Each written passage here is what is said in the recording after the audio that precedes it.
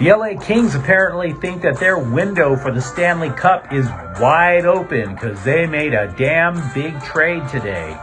In addition to that, NBA free agency opens tonight, which makes you wonder, who can the Lakers sign for minimum wage? And what does a Pac-12 rival think about UFC football? Good morning. I'm James. This is your daily dose of sports and snark for the greatest sports city in the world, Los Angeles. This is Faithful Angelenos. Guys, I have the fakest smile on my face right now. I can't front. I am absolutely livid over the way the LA Galaxy play. They are playing like hot garbage. They need to be called out on it. But there's plenty to talk about today, and man, I can't wait to get through it. If you like the content that we put out for the last 4 months on LA Sports, clickety-clack the like button. Clickety-clack the subscribe button. There's a notifications bell.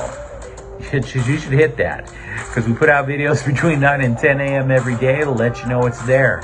Sharing is caring. Let people know we exist. And yes, comment. For Pete's sake, there's tons to get to. So before we go through the news and notes, let's get to the scoreboard first. The Dodgers salvaged one of their games in Colorado. Freddie Freeman went 2 for 4. He hits a solo home run. Dodgers 8, Rockies 4. The Dodgers, by the way, have a 1.5 game lead in the West with a crucial series coming up against San Diego. Last night, I posted a rapid recap to show you just how angry I am at the LA Galaxy. Dejan Joveljic scored. He has 5 goals. That is more than 2 of the Galaxy's designated players combined. And yet he's off the bench. Minnesota United wins for the first time in LA in its history. 3, Galaxy 2. And by the way, LAFC beat FC Dallas 3-1. Christian Arango scored. Tonight, meanwhile, the Padres will come into town. They'll play the Dodgers at 7. Mitch White for LA, he's 1-1. Joe Musgrave for San Diego, he's 8-1. You ever go to Barnes & Noble? Actually, of course not. That's not fair. I only know of one Barnes & Noble in LA. I think it's at the Grove. But if you ever go to a bookstore and you'll see these business books that talk about win-win deals.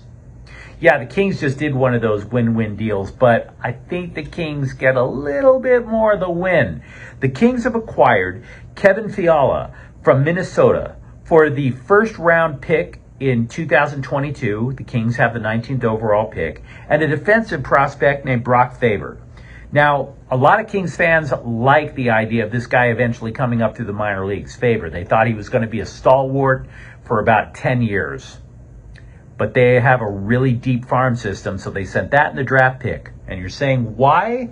Well, Fiala is 25 and scored 33 goals last year for Minnesota. The Kings then follow up. They extended the kid's contract for 7 years at $7.8 million per. This tells me LA sees that window to compete for a Stanley Cup title is just opening, so they just decided to boot it wide open. It's actually a terrific trade. I'd call it a home run, not necessarily a grand slam. Look, again, Faber projects to be a quality NHL defenseman, but he's still a prospect. 33 goal scorers who are in their early to mid-20s, that is not easy to find. That is a terrific hire for LA. And they didn't even have to give up one of their major picks in order to do it. You know, you're going to do something like that, you're sending Quentin Byfield off to Minnesota.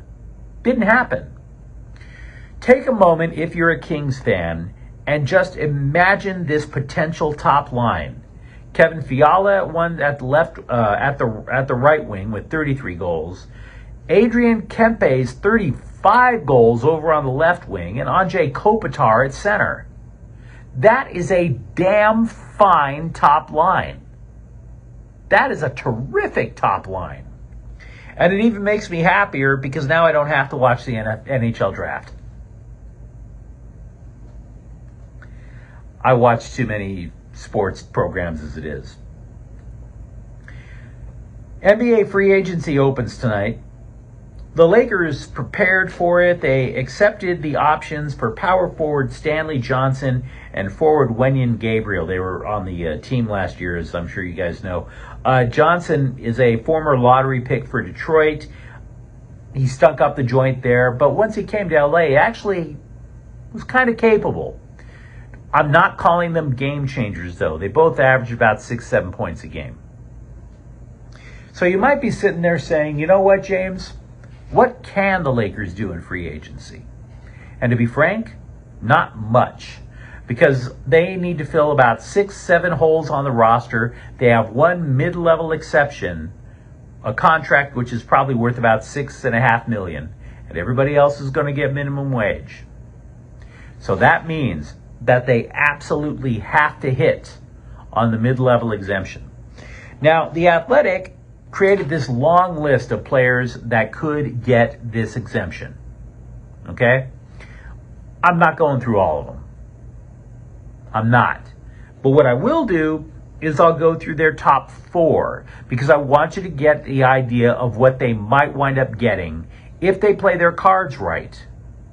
Okay? The top one is Golden State's Otto Porter Jr. We've been talking about what the Lakers' needs are for their new coach, their new offense. They need, quote, 3-and-D guys.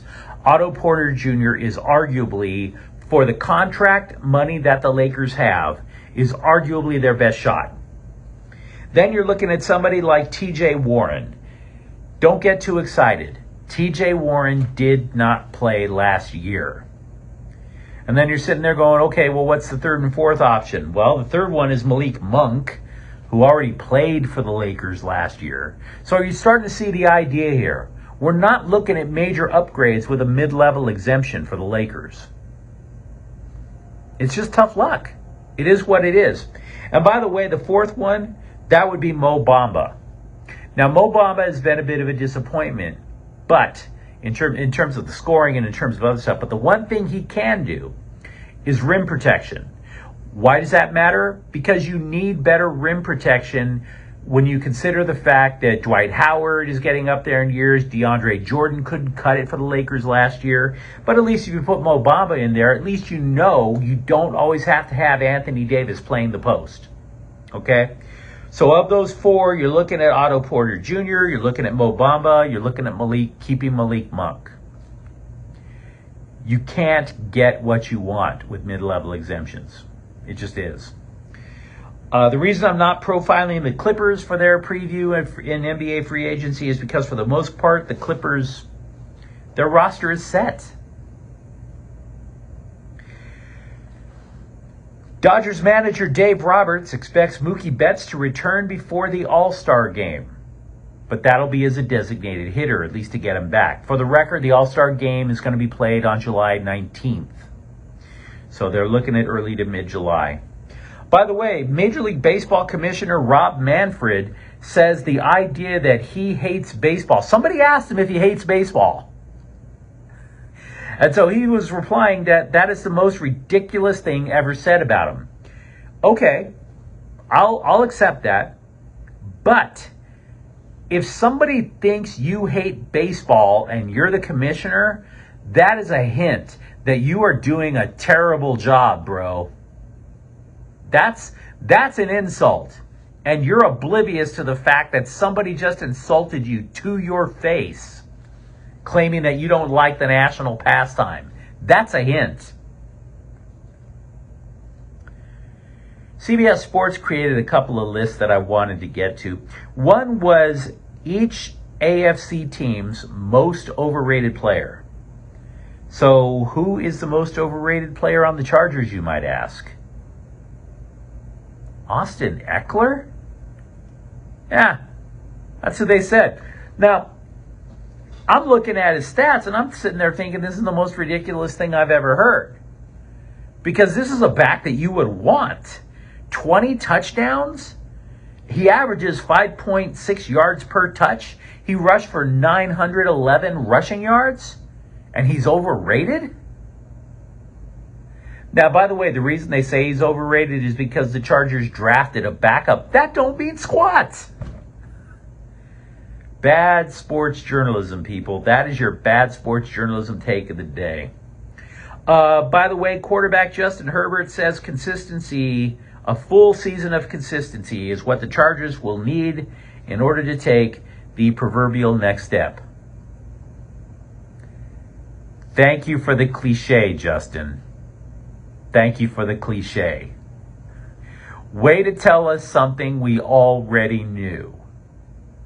I'm not expecting you to open up the playbook and just break down what every goal is on each play here. But that cliche.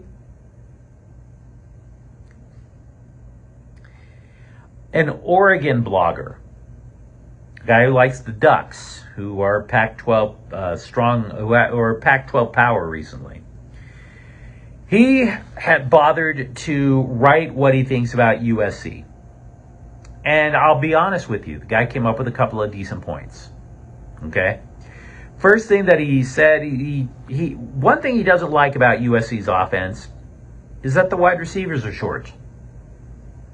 Now, you might sit there and you think, well, that's a little petty and a little strange, but, there is something to be said for tall receivers, making the jump ball in the corner of the end zone and all that. 6 USC receivers are shorter than 6 feet tall. I'm 5'11". I'd like my wide receivers to be a little taller than me, right? So the Oregon blogger, though, he was like, well, that's not necessarily the end of the world, because the solution would be, is to take your tight end and have them spread out wide every so often so that it could draw in some corners to try to open things up for these Mouseketeers on the outside, if you will. Or you could also have a 4 wide receiver formation, right? You have the 2 shorter receivers in the slot towards the offensive lineman, and then you put a couple of taller guys on the outside. So those would be the solutions to having so many short receivers. He is very much bearish on the Trojans' offensive line. I'm going to be frank. I disagree with that entirely. I think the Trojans' offensive line is going to be a strength because a lot of them are coming back. He's also very skeptical of USC's defense, and I can't blame him. I think that's a fair assessment. You got to see him on the field. Switching gears for USC, let's talk about the basketball team. I mentioned earlier that that CBS has created a bunch of lists about certain things here, and they created a list of winners and losers for college basketball's transfer portal. The Trojans are losers. What? It's a very specific list, though. Here's the point that they're trying to make.